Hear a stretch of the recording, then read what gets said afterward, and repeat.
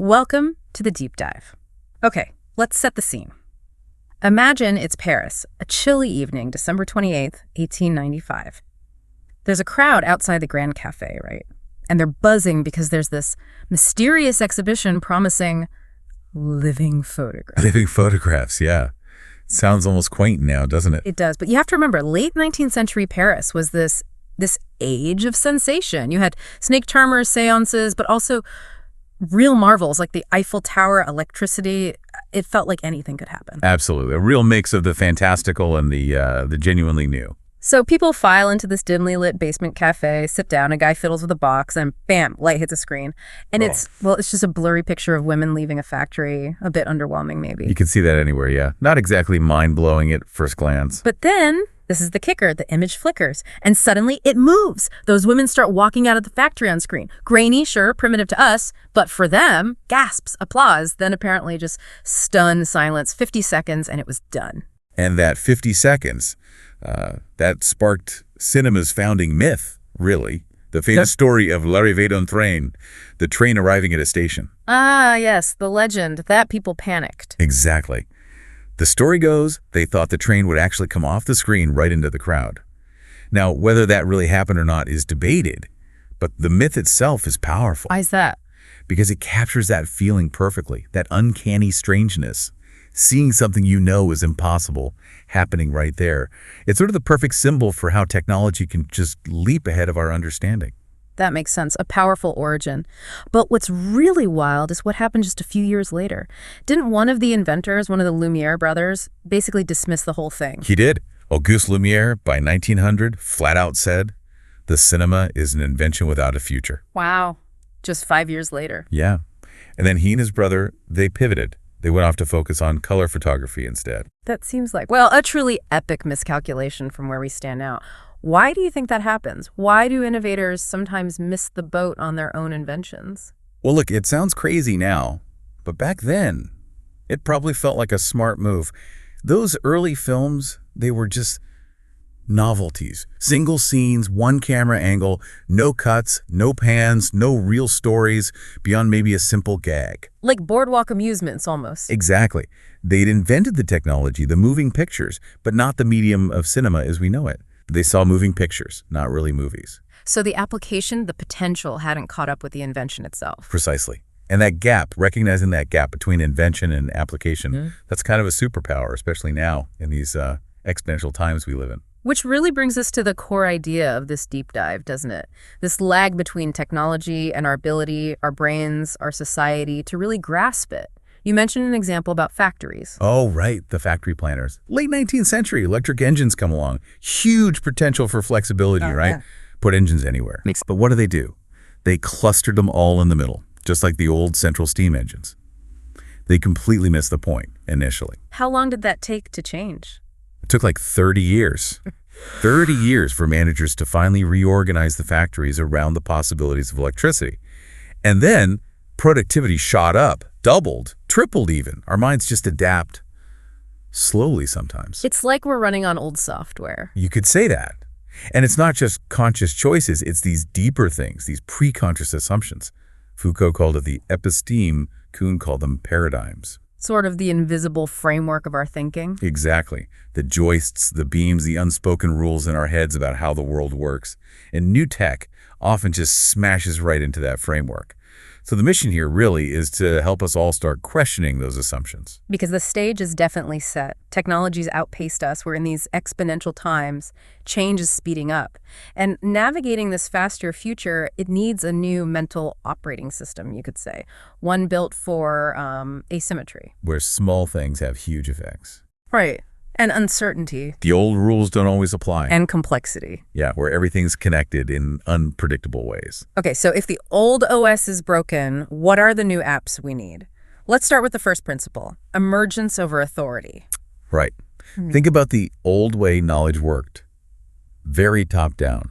God maybe, then clerics, then dogma passed down to the masses. Information flowed from the few. And the internet just flipped that script. Completely. Now the masses aren't just listening. They're talking back, debating, coordinating in ways that used to be, reserved for the professionals, the authorities. The classic example here is Wikipedia versus Encyclopedia Britannica, isn't it? Perfect example. Britannica. The experts, the authority, carefully compiled. Wikipedia, this sprawling, self-organizing community, just emerges. And wasn't there a study comparing them? Yeah, back in 2005, Nature found they were surprisingly comparable in quality, accuracy-wise. And since then, Wikipedia has just kept growing, adapting instantly, building consensus. It shows the power of emergence. And emergence isn't just out there. It's in here too, right? Our brains. Oh, absolutely. Billions of neurons, none of them conscious on their own, but connect them all up and somehow consciousness emerges. It's the ultimate network effect. Mind-boggling, really. And what's wild is how often we humans stumble onto patterns that nature figured out ages ago, like ants foraging for food. Stanford researchers found their system for finding food efficiently. Yeah. It's remarkably similar to TCP/IP, the basic protocol that runs the internet. Ants basically invented packet switching millions of years before we did. That's incredible. Nature finding the optimal path. Seems like it. Emergent solutions often are incredibly efficient. Okay, but where does this get really, practical? You mentioned tuberculosis. Right. Drug-resistant TB, a huge crisis. Back in the 80s, we thought we had TB almost licked in places like the U.S. But it came back. It adapted. People not finishing their antibiotics, especially in tough situations like prisons or developing countries, it created this evolutionary pressure cooker. The resistant strains survived and thrived. A massive public health challenge emerged. So how does emergence fight back? Well, this research group, Team Betancourt, they use an emergent approach. They reprogrammed bacteriophages viruses that naturally hunt bacteria. Okay. They engineered these phages to specifically target the drug-resistant TB bacteria, find the exact DNA mutation that causes resistance, and snip it out, making the TB vulnerable to standard drugs again.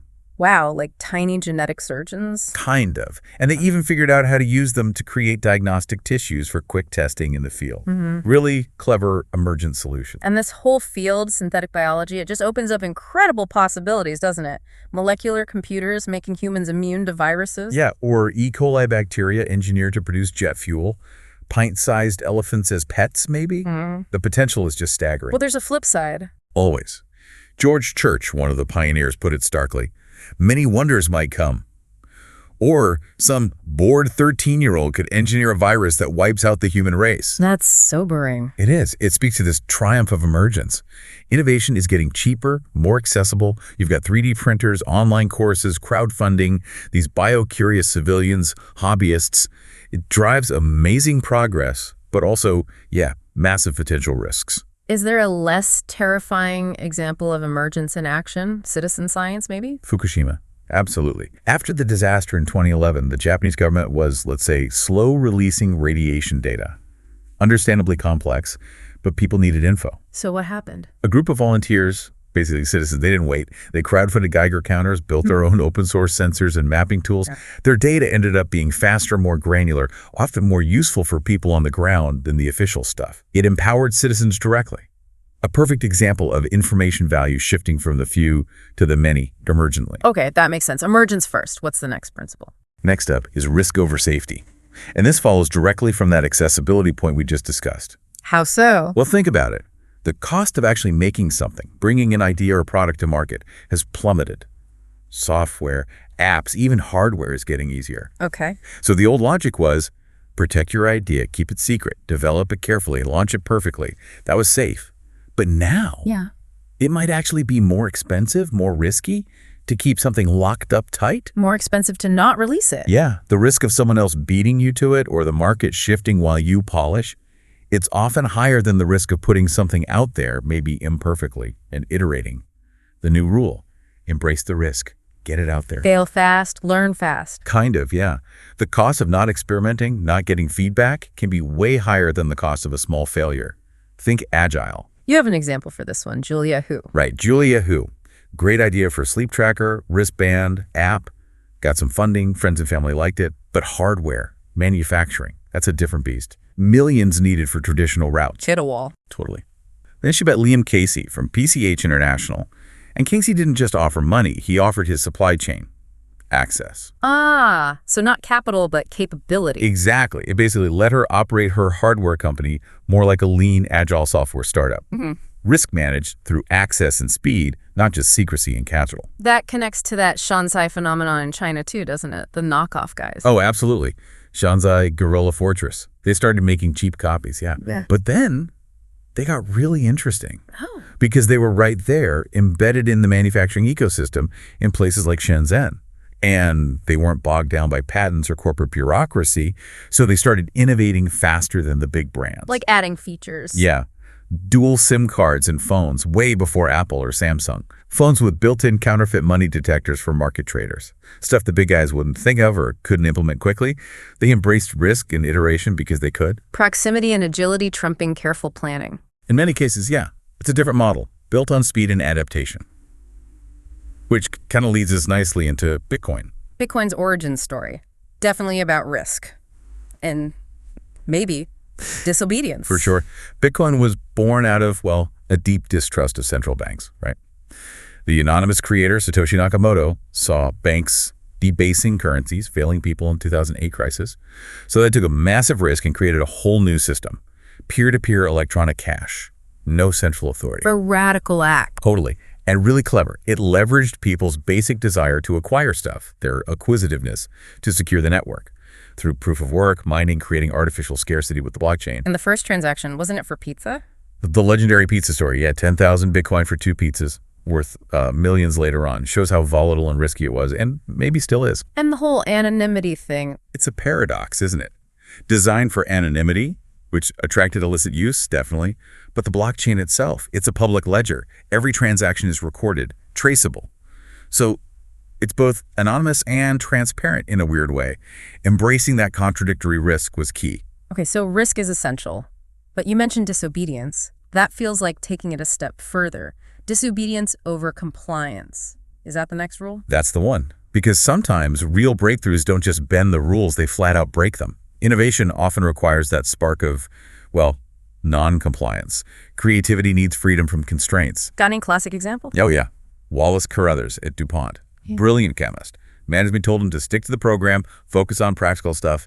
He didn't. He followed his curiosity about polymers. And that led to? Nylon, a revolutionary material. Came from disobeying orders, basically. Okay, I like that one. Any others? How about Richard Drew at 3M?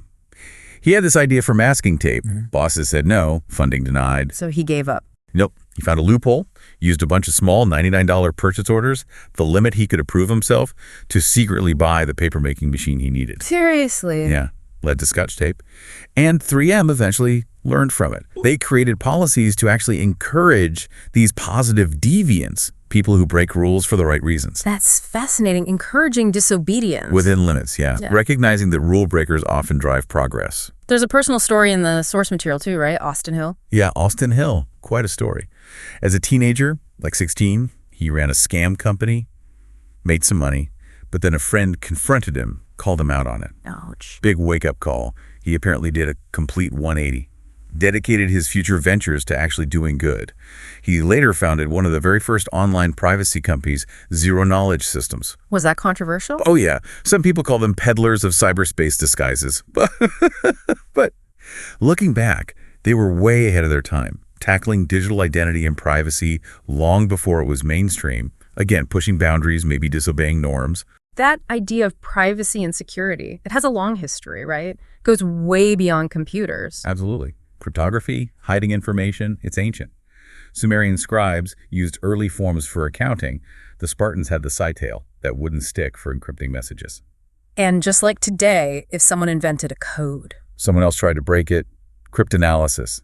It's always been this arms race, this escalation, just like modern cybersecurity. Constant push and pull between breaking rules and making new ones. Which brings us to maybe acting before thinking too much. Practice over theory. Exactly. In a world changing this fast, sometimes the cost of waiting, analyzing, planning, it's higher than the cost of just doing something, trying it out, improvising. So failure isn't failure, it's learning. It's a bargain-priced learning opportunity, as the source puts it. If you try something small and it doesn't work, you've learned something valuable, cheap. Better than spending years planning the perfect thing that's obsolete by launch. Is this filtering into education at all? Definitely. Look at Quest to Learn, that public school in New York. They built their entire curriculum around video game principles. Seriously? How does that work? Kids go on quests, do missions, face boss levels in all subjects. It sounds fun, but the point is active engagement and problem solving. Does it work? Test scores. Standardized scores are apparently about average, but get this, they crush it at the Math Olympiad. Why the difference? Because the Olympiad isn't rote memorization. It's collaborative problem solving under pressure. Exactly what the game-based learning teaches them every day. Practice over theory. That makes sense. Hands-on, active learning, like the Scratch Foundation. Yeah, David Siegel, co-founder there, their motto is brilliant coding to learn, not just learning to code. What's the distinction? Instead of just drilling syntax, kids learn programming concepts by building stuff they care about. Games, animations, stories. They practice coding in a meaningful context, so they learn the theory more deeply. It's about pulling information when you need it, not just stocking up. Exactly. Which is why countries like Estonia, the UK, they're mandating programming for first graders now. They see it as fundamental, maybe even more logical than traditional languages for navigating the future.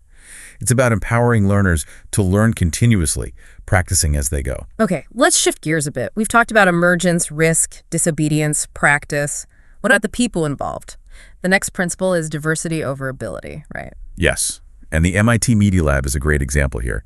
They don't just look for the best coder or the top engineer in a narrow field. What do they look for? Diversity, real diversity. Concert violinists, VCs, artists, philosophers, college dropouts, people with wildly different backgrounds, experiences, ways of thinking. Why? What's the advantage? Because the really hard problems now, the intractable problems of the 21st century, understanding the brain, climate change, complex social issues, they can't be solved by one discipline alone. You need different perspectives colliding. Like Ed Boyden's work on the brain.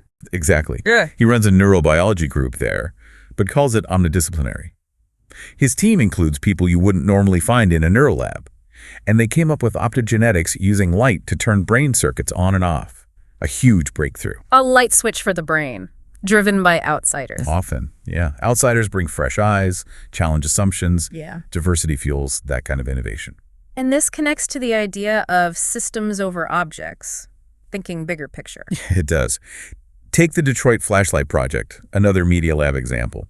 Students didn't just design a better flashlight object. They went into the community. And what do they find? They realized liquor stores were often the main retail outlet selling cheap flashlights. So they worked with that system, taught local kids soldering skills, helped them repurpose those cheap flashlights into wearable lights. So it wasn't just about the thing, the flashlight, but the whole context. Precisely.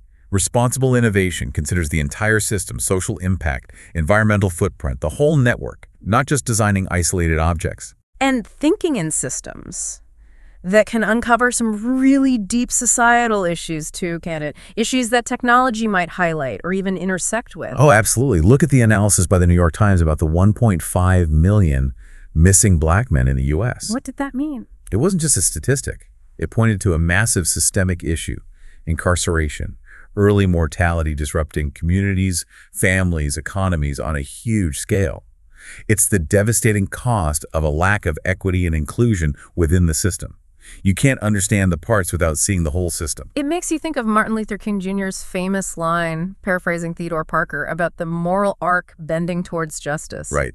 Or Steven Pinker's idea of the expanding circle of sympathy, that over time we become more aware of and hopefully more accountable for injustices affecting wider groups. The system view forces that accountability. Has the Media Lab itself made progress on diversity? They've actively worked on it, yeah. Significantly increased enrollment of women, underrepresented minorities. And studies back it up, like in synthetic biology competitions, teams with better gender balance tend to perform better. So it's not just nice to have. No, it's essential. A bigger, more diverse circle benefits everyone. Better solutions, more robust systems. Which leads nicely to the idea of robustness, or rather resilience over strength. Exactly, because in this interconnected digital world, the idea of building something perfectly strong, perfectly impenetrable, it's kind of an illusion. A Fort Knox. Pretty much. Yeah. Everything that can be hacked probably will be hacked eventually. So trying to build impregnable castles is, well, building castles in the sand. So what's the alternative? Resilience. Focus not just on preventing failure, but on being able to recover quickly when failure inevitably happens. Bounce back, regenerate, adapt. Like YouTube's early days. Good example. Started with basically no business plan, no funding initially. Just an idea, a platform. It wasn't perfectly robust, but it was resilient. You could pivot, adapt, survive. Or PSINet Japan. Yeah, Joi Ito setting up the first commercial ISP in Japan. Literally out of his bathroom. Yeah. Using old, broken equipment cobbled together. Not strong, maybe, but incredibly low cost and adaptable. It scaled, survived even when its U.S. parent company went bust. Resilience. And on the flip side, the attacks get stronger too. Stuxnet. Stuxnet is the chilling counterpoint. Malware that got into supposedly secure, air-gapped nuclear facilities in Iran. No direct connection to the internet, yet it got in. How? Sneakernet, likely. Infected USB drives carried in. It proved that even the strongest physical defenses could be bypassed. Strength alone isn't enough. So the focus has to be on recovery adaptation. Yes. From a game theory standpoint, if you're defending against a smart, adaptive attacker, the best strategy isn't a static wall. It's to be dynamic, unpredictable, constantly changing like an immune system. Learn from attacks, regenerate, become stronger because of the failures. That requires a different mindset, accepting failure almost. It really does. Jeff Howe, one of the authors behind this material, talks very movingly about his son, Finn, who has autism. How does that connect? He says parenting Finn taught him the futility of trying to impose rigid control on chaos. Instead, he learned to accept it, adapt to it, find resilience within it. And he sees parallels in industries like music or news that tried to rigidly resist digital disruption, tried to maintain strength, and ended up crumbling because they lacked resilience. Wow. That's powerful. Accepting chaos, adapting, that seems like a good place to maybe start wrapping up. Yeah. All these principles, emergence, risk, disobedience, practice, diversity systems, resilience, they paint a picture of navigating constant change. They really do. They illuminate that shock of the new we started with, but apply it to today's even faster shifts, especially around things like artificial intelligence. Right, AI. We're definitely in that exponential age you mentioned. For sure. AI is advancing incredibly rapidly. From the narrow AIs that can beat Go champions or write articles, to the ongoing quest for artificial general intelligence, or AGI machines with human-like cognitive abilities, it's a profound frontier. So the conversation shifts, maybe, from if to how. How do we work with these increasingly powerful tools? Exactly. The focus needs to be on human-machine collaboration. Things like society in the loop, machine learning. What does that mean? It means building our values, our ethics, our social norms into the AI systems as they learn and evolve. Not just letting them optimize for some narrow technical goal, but guiding them towards outcomes aligned with human well-being. It's about coevolution. Learning and adapting together. Hopefully, yeah. Which brings us back full circle, really, to that core message from the start. Nobody has a crystal ball. Nobody can perfectly predict the future. And not knowing is okay. More than okay. In this kind of environment, embracing uncertainty, being comfortable with not having all the answers, that's actually a strategic advantage. Adopting a portfolio strategy, making lots of small bets, trying different things, seeing what works, becomes much smarter than betting everything on one perfect plan. So maybe the final thought for you listening is this. How can you personally cultivate that adaptability, that flexibility? How can you get more comfortable with emergence, risk, and even a bit of productive disobedience to really thrive in these times? Because, if we as a society can handle the turbulence, the initial whiplash of trading our comfortable running hours for what feels like a supersonic jet, we might just find that the view from up there, the possibilities it opens up, are exactly what we've been searching for all along.